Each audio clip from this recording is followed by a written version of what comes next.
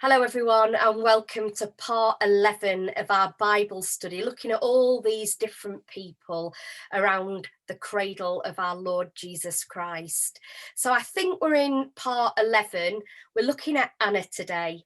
Anna, a little old lady who has so much to teach us. So if you'd like to read Luke chapter 2, verses 36 through to 38, we'll unpack her story just a little bit. So she never gives up. That's what we need to learn today. Anna never, ever gave up. She lived a life all those years and she was persistent. But there's more to her than that. So we're actually still in Jerusalem. We're still in Herod's temple. We've looked at Simeon and his blessing, but also his warnings for the Christ child.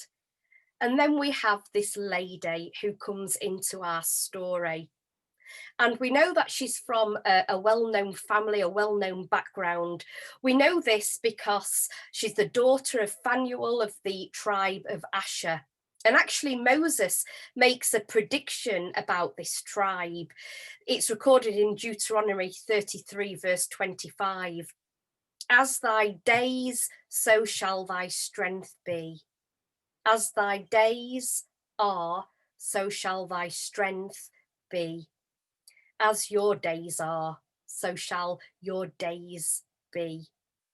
And Anna has lived a lot of days, and she is strong in her faith, strong in how she articulates that faith to people around her.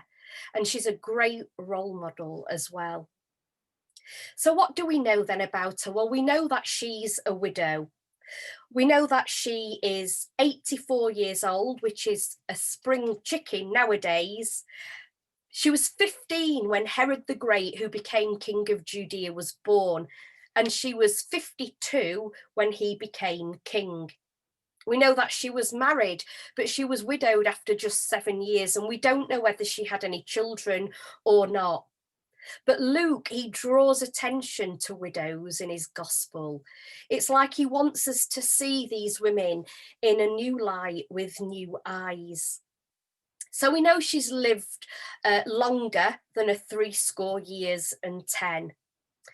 But we also know that life has carried on for her. When she lost her husband, it didn't just stop her in her tracks. She didn't build a shrine to him and to his memory. She kept on faithfully keeping on. And she is a product of that experience. It will have changed her.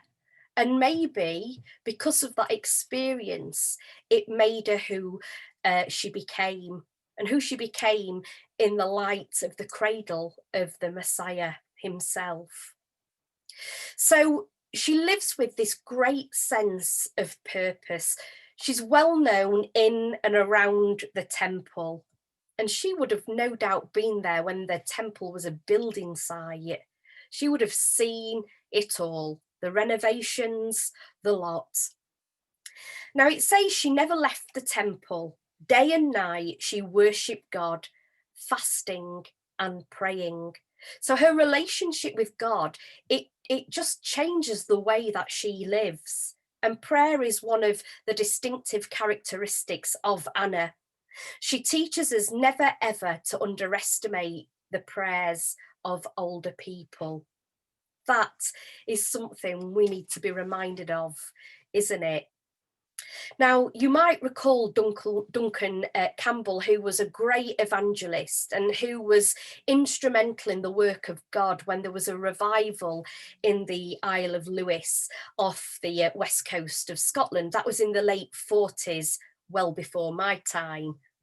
But he put the revival down to the prayers of two older ladies, and they prayed for the salvation of their island home for decades.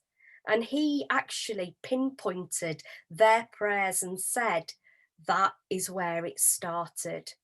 The prayers of the faithful, the prayers of the faithful elderly who've lived life, who've seen the world change, but are consistent and dedicated and committed to that which does not change, the story of Jesus Christ. Now, Anna is also a prophetess, and there are 7 prophetesses named in the Bible, and 4 who are only known as the daughters of their father Philip. So you can read about that in Acts 21, you find verse 9. So 5 of the named prophetesses have this genuine gift of prophecy, and 2 are false. And Anna is a true prophetess, and she's the first one in the New Testament as well. So she was all the more remarkable when we remember that centuries had passed without any prophets in Israel. And she's still more than 30 years before Joel's prophecy being fulfilled at Pentecost. So the gift of prophecy is bestowed on her, and that's a remarkable thing. Now, it would be quite interesting to know, and we don't know, but it would be interesting to know when she actually received that call and that gift to be a prophet. Was it before or was it after she experienced the loss of her husband? Now, everything we know about Jewish society would lead us to believe that it was after she was made a widow. But in that case, she discovered a gift that she didn't know she had until she experienced something really, really sad and tragic.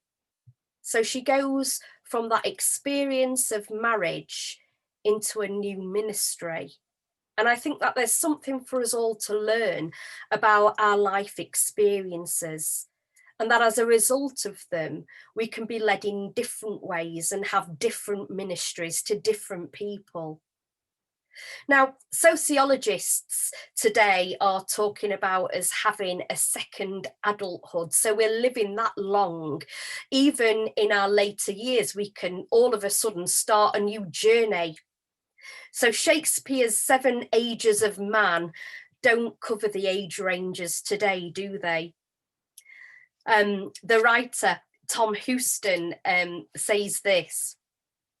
He summarises the decades: the tryout 20s, the turbulent 30s, the flourishing 40s, that's my category, the flaming 50s, can't wait to get there, the serene 60s, the sage 70s, the uninhibited 80s, that sounds a bit worrying, the noble 90s, and the celebratory centenarians.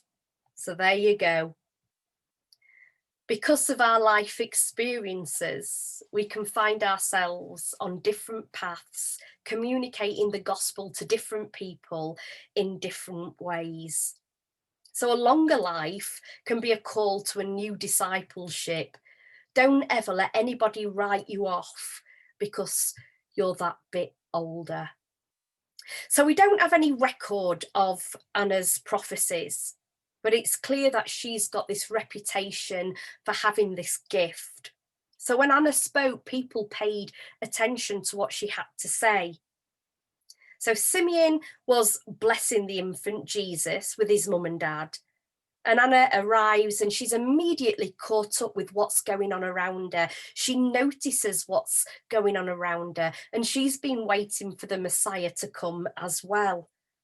And she comes to the same conclusion. So we've got more corroboration for Mary and for Joseph. We don't have to have everything revealed all at once, you know. Sometimes that would be far too much for us. But what we do find is that we get a drip, drip, drip effect of God slowly and carefully at the right time, revealing certain things to certain people which build up a bigger picture. So she's a witness, is Anna as well. Yes, she's a widow, and she's often remembered for being just a widow, but she's so much more than that. Her experiences added into that. So she's a widow, yes, but she's a prophetess. She's a witness to what was going on at that point. And it was so significant, even for us today in Rotherham in 2020, nearly 2021. So she gives thanks to God. She speaks about the child to everybody that she meets. She says, he is the one, and he is the one. Like her, we're waiting. We are waiting for the second coming of Christ, and Christ will come again. So for Mary and Joseph, more corroboration. For us, another character who has got so much to teach us today. Maybe your life and your ministry is going in a particular direction because of something that you've been through or something that happened. In all things, we can learn from Anna, and it doesn't matter how old we are. God has always got a gift for us to use. So Anna is like a grandmother in a true story. The true story. And this is story. On the morning when a family heard the news of their grandmother's death, the mother had told the two older children before they left for school. They'd cried a little and had been comforted and had gone away discussing what life without Granny would be like. But the youngest, a 4-year-old boy, was puzzled and came and sat on his mum's knee. He wanted to have it explained to him. When at last he understood, he mopped his wet eyes with a rather soggy tissue, and he smiled, struck by a wonderful idea. Wow, won't it be super for Jesus? There is no ageism in the nativity. The old take their place and they play their part with the young, all bound up together in the purposes of God. So I hope you've enjoyed learning a little bit more about wonderful Anna. Take care, God bless, and I'll see you soon.